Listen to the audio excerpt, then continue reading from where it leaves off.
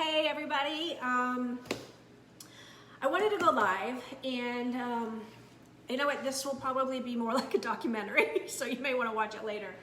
But I saw a video today with someone sharing a very similar story, and it choked me up because, you know, I've come such a long way from where I was. Hey Sarah, I've come such a long way, and sometimes I forget how sick I really was until I hear other people's stories. And I actually have Neil here with me for this live. This is my husband, Neil. You can come in the frame if you want. He's not in timeout back there. But I wanted him here. Hey, Patty. I wanted Neil here as well because he went through all of this with me. But after seeing this other video today, I thought, you know what? I've never shared this actually live on Facebook.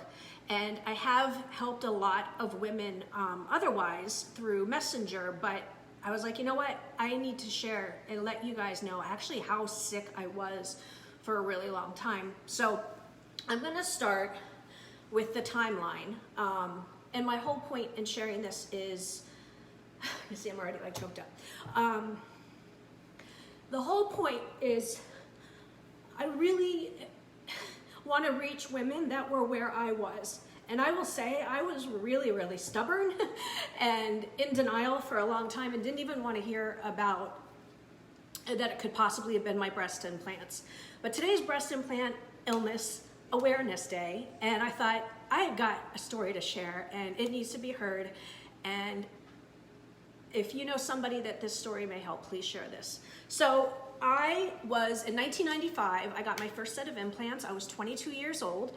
And honestly, guys, for me, it wasn't like I didn't love myself. I like big boobs. It was in the day of Pamela Anderson and Carmen Electra and Jenny McCarthy. And that was what was sexy at the time, was like vavoom boobs. And I wanted that. I was super fit. I played soccer. To me, it wasn't like a self-image thing. I'm like, I just want big boobs.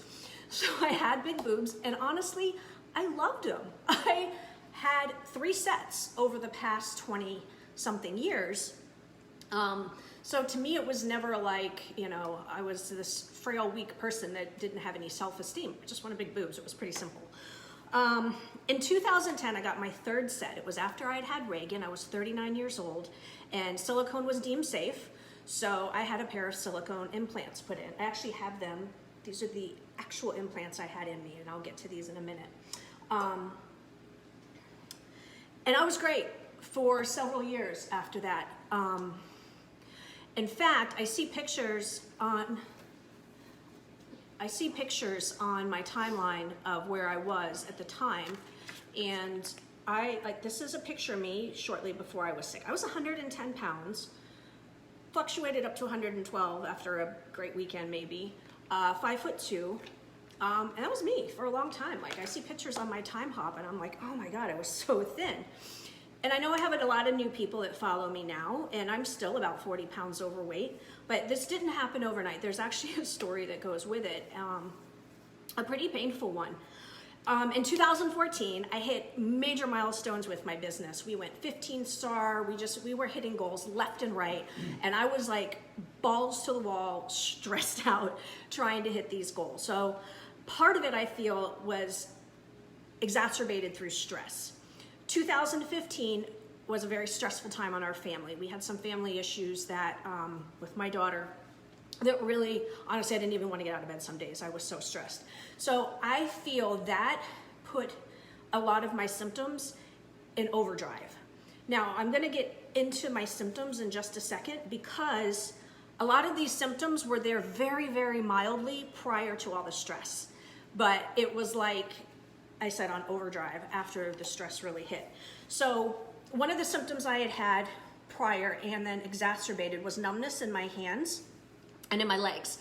I went to a neurologist because I was thinking, why are my extremities having like this weird numbness? It was like when your foot falls asleep kind of thing. And it wasn't aggravating, it was just weird. But one of the things that was really like the first thing was in 2012 to 13, and I actually saw a post I made about it on my Facebook, I started having really bad back pain. it felt like I had a rod in my back. Now I've got some weird stuff just from playing soccer and being an athlete, but this was different. It was like my back, like somebody was pouring cement in it. I felt like I had to go to the chiropractor a lot because it just was so stiff all the time. Even though my core was strong, I was working out, like my back just had this tightness that I couldn't ever get relief from, which then started turning to joint pain and stiffness. My joint pain was so bad over the next couple years that I literally, and now I'm a Beachbody coach and I'm eating organic, I'm working out, doing some of the best home workouts in the world. And I got to a point where I could not walk to my mailbox and back without being extremely exhausted, fatigued, and have excruciating back and joint pain. It was like I had fibromyalgia like times 10. I felt like an 80-year-old, like how an 80-year-old person must feel. And I'm like, how can I how can I hurt and ache this badly when I'm as healthy as I am? And it continued to get worse and worse and worse, which made working out really, really hard. The other thing was fatigue. So I mentioned going to the mailbox. I would literally come back and I would have to like lie down and almost take a nap, just going on a short little walk or going to the grocery store. I started getting so fatigued. And I didn't understand why, because I was eating I was eating organic and really healthy. Just was super confusing. I had insomnia. So my hormones were like really wacky, but I would be exhausted during the day because I couldn't sleep at night. Insomnia is one of the main symptoms that I had. So I never really felt like I was catching up. I noticed differences in my skin, like little patches of eczema, or my eyes would be red and dry a lot. Now I'd had LASIK, so that wasn't, that unusual. So I kind of was like, oh, it's probably from the LASIK. Then it started amping up and I started having hair loss. And my hair, do you remember, like I would brush it in the bathroom and it would come out in clumps, like in bags. Like he would empty trash cans of my hair out. And block the showers. And it was never like that before. It was definitely a difference. Like my hair started falling out. As far as work, this is when I really started feeling different. I felt like I was going senile. People talk about brain fog and they kind of laugh and use the word lightly. I used to love going live and speaking and doing videos and getting on calls with people. I got to a point where I couldn't think of words like simple words like fork. I couldn't grasp what word it was. I felt like I had early stage dementia. To the point where I didn't want to go live on Facebook. I didn't want to make videos. I didn't want to be in front of people because I struggled so hard to put words together. It got to the point I had to hire somebody to write my posts for me because I couldn't string words together.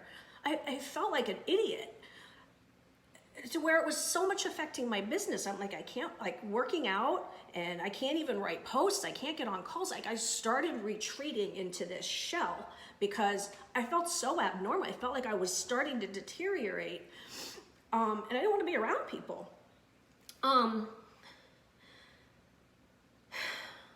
The final two were really, to me, the worst. One was my hormones. 2017 was really getting bad. Like all of these never went away. It was just like more symptoms would start coming. The ones I had just kept getting worse. I kept gaining weight and gaining weight. I felt like I would look at food and gain weight, and people were like, oh, it's just your age, you're in your 40s, it's hormones, all this is normal signs of aging. And I'm like, this is not right. I feel old, I feel debilitated, I feel like I'm literally gonna be dead by the time I'm 50 if my body keeps deteriorating in this way. I spent $22,000 trying to find answers on what was wrong with me, and every doctor said, you're fine. And I literally started, like even with Neil, I felt like I was going crazy. Like, am I a wimp? Am I making this stuff up? Because it felt very real. I'm an athlete. I'm used to like playing through the pain, and this was a whole nother level. And I only really shared it with those close to me. Patty is one of them, obviously Neil, my mom. But my period has always been my entire life on a 27-day cycle. It got down to an 18-day cycle. My hormones were like, felt like I was always almost on my period or hormonal, and I started getting like hormonal acne. The worst thing, towards the very end, and I say the end because in May I got my implants out, I started, and it affects your lymph nodes, but I started getting like these really gross cysts in my armpits where my lymph nodes were swelling. And the only way I could have them, they wouldn't shrink, was to have them drained. And I didn't understand now why are my lymph nodes swelling? And nobody could explain why. And they were painful and they were ugly. I didn't want to wear tank tops.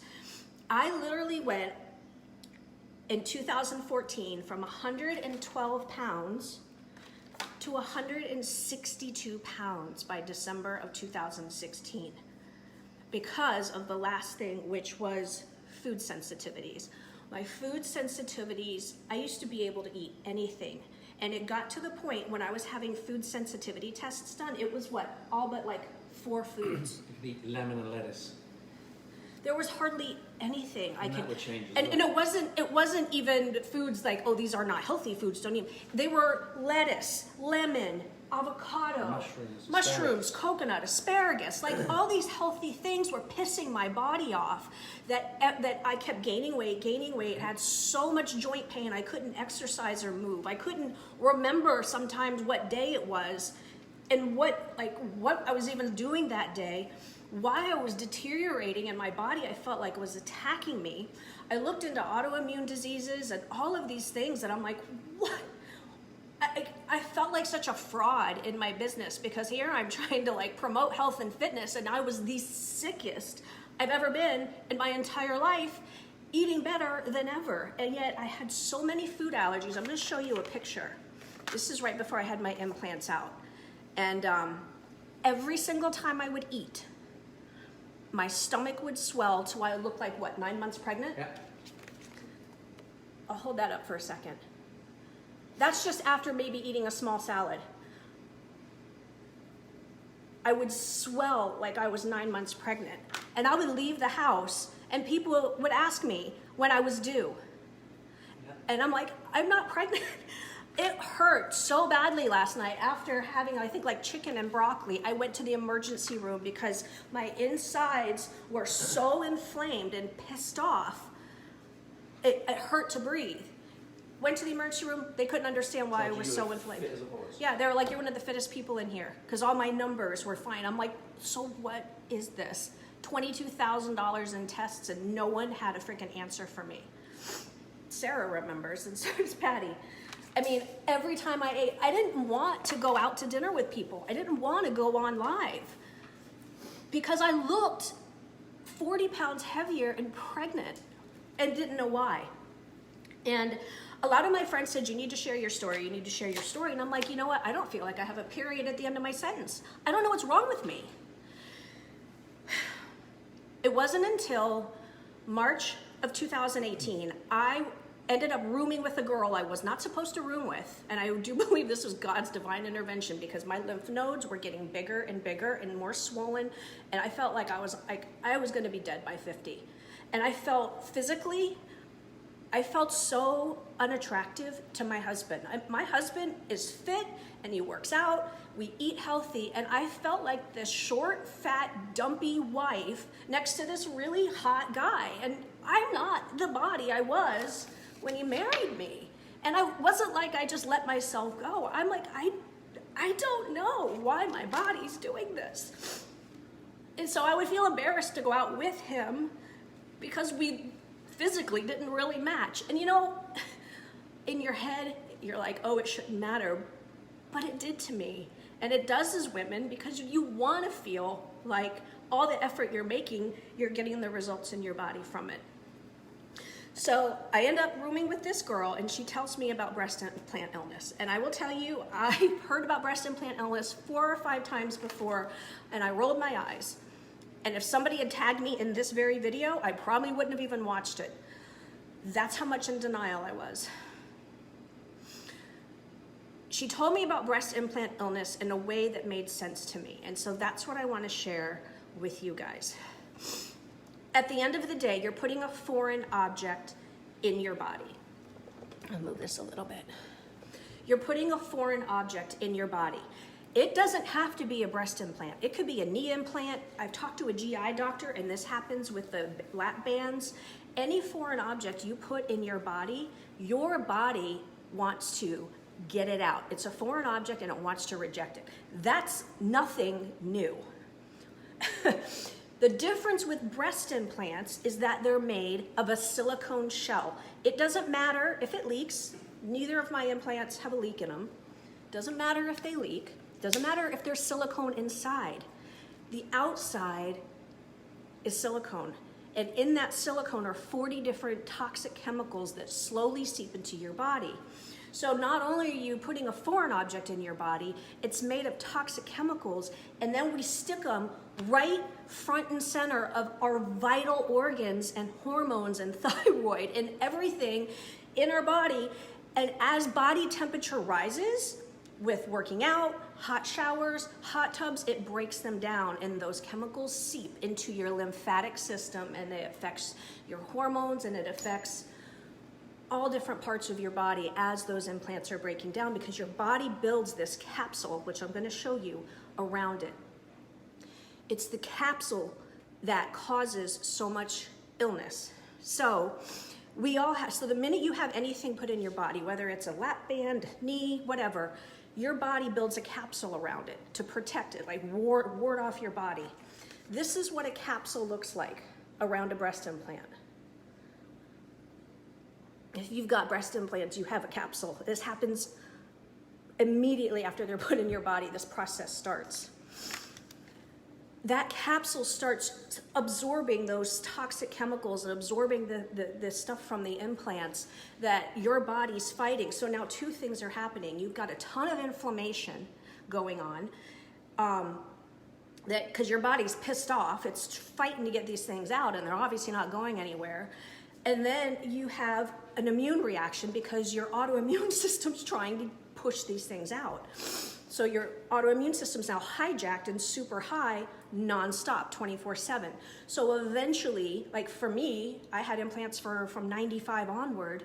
It took years. I had little tiny symptoms here and there, but it wasn't until for me I had hyper stress, and then it just spiraled. So you may think, well, I don't have those symptoms, Shay. I have very different symptoms. Here's the thing with breast implants. They don't, and this is why it's so hard to diagnose. Somebody comes in and they have Hashimoto's. They're not going to say the Hashimoto's is from the breast implants. It's a result of the breast implants, because one of the things that happens, your body breaks down at its weakest point.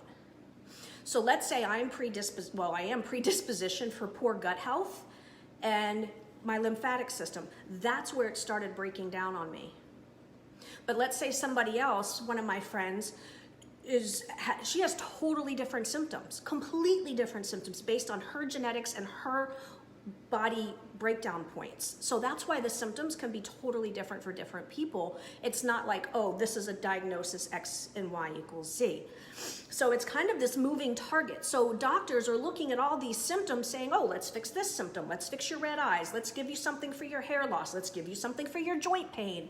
That's what they did with me. They gave me medicines and all these things to fix these symptoms. But the whole problem was my body was pissed off from these. So if you've got saline, another thing is the ones that have saline in them typically can have mold inside of them too. But the heavy metals, if you've got breast implants, you can be checked for heavy metals, but that was one of the things that really started to deteriorate my liver, my ability to break down foods, and that was causing so much inflammation in my GI system. I went to a gastro. He had no idea what was wrong with me. Like, all my organs looked intact. He didn't understand why they would get so big to where I looked like that and then go back down. So when your immune system is on overdrive for that long, yeah, Tanya, I know you had yours taken out. Your immune system's on hyperdrive like that for so long, it's going to affect your body. For me, stress was the biggest trigger, but there are other things that can exacerbate it, and that is obviously not a healthy lifestyle. Botox. I was all about the Botox in my forehead. You know, if it was cosmetic and I could have it done, I had it done. And all of those things put more and more stress on your liver, so your body can't break down and metabolize all the toxic overload it's getting from these things. So all of those things don't help the cause.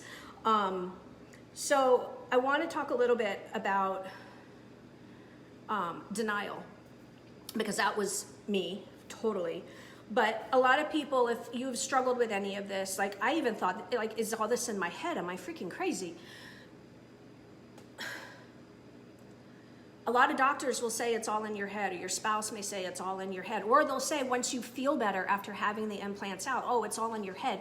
How could it be all in my head when I didn't even acknowledge it was my implants for 3 or 4 years? Like I mentioned to him one time, I'm like, someone wrote me and said it was my implants. Like, you know, Birkenstock tree hugger. Like I was so in denial.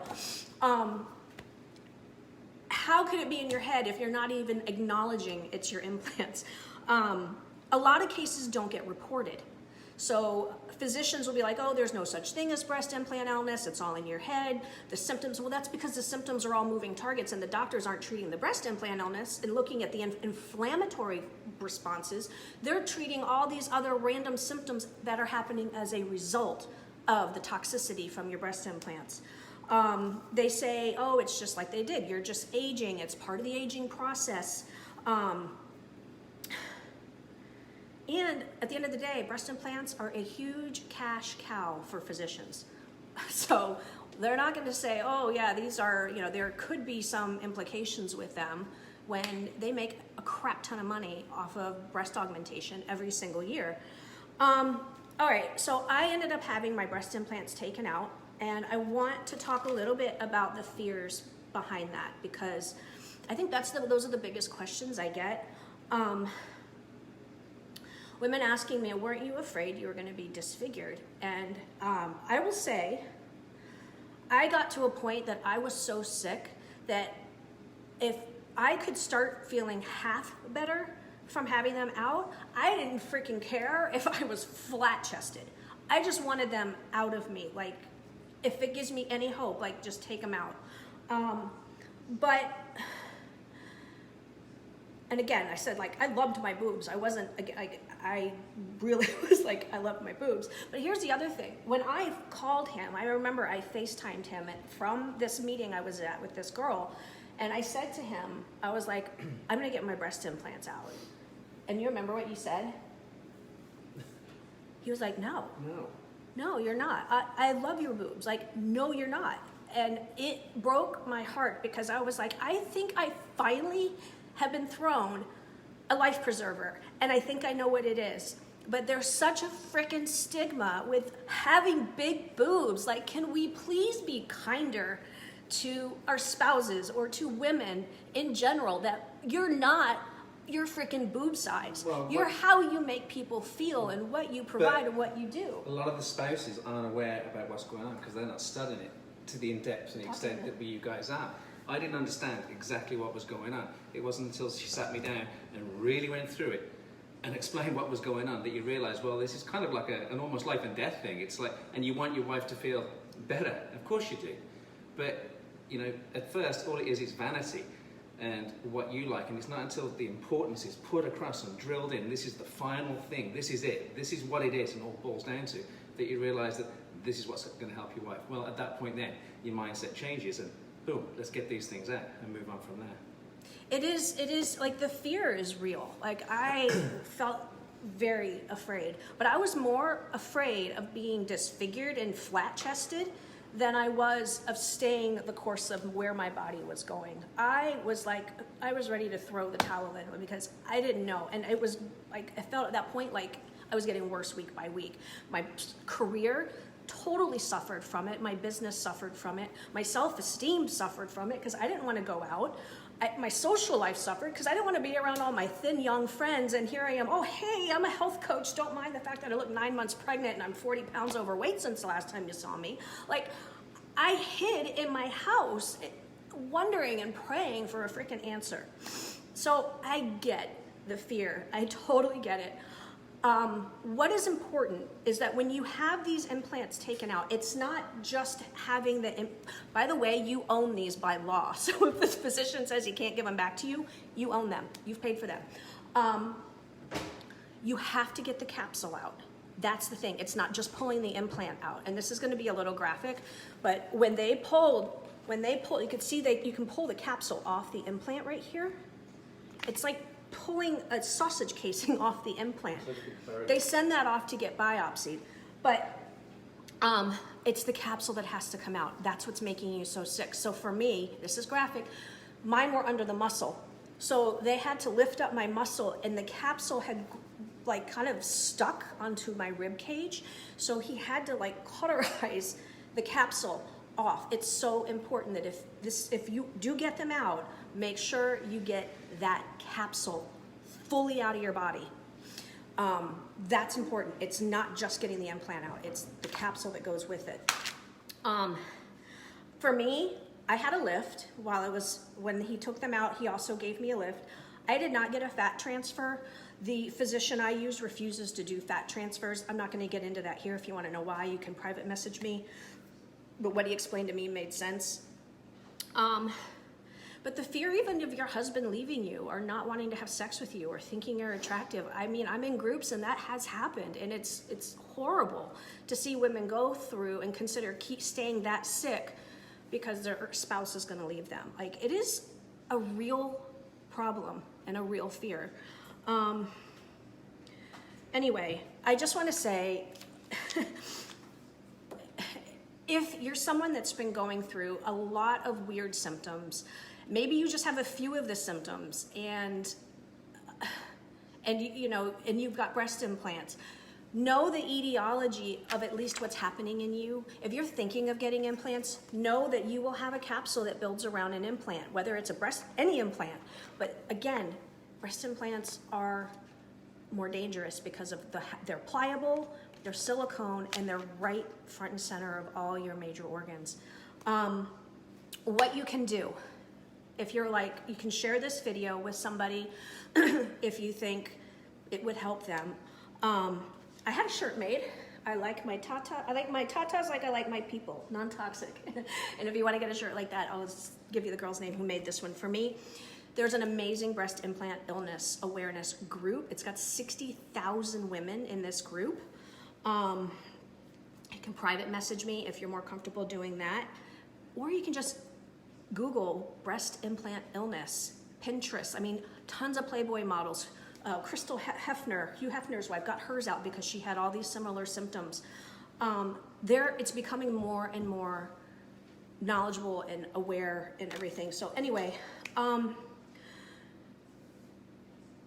just want you guys to know, like, I feel like I went through this in the way that I did for a reason, and I feel like it's because I am an outspoken ambassador for things and all things health.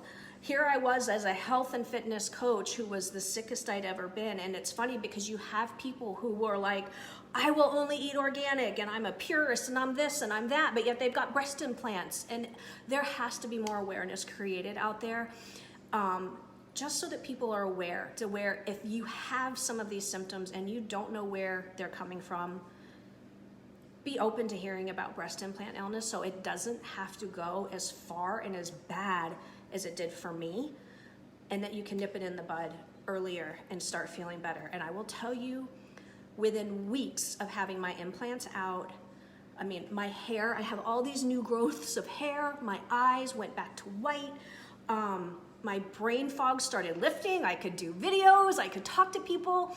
I haven't lost all the weight that I want to lose because you know what? I'm happy, and I go out and I socialize, and I'm happier than I've been in many, many years, and I feel better than I have been in many years. And so that's kind of been a byproduct of my good times we've been having.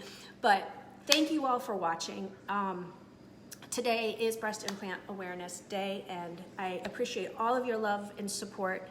And if there's a lady out there anywhere on the spectrum from thinking about it, having them, or is sick, give her my love, tell her she's beautiful, and help her be aware.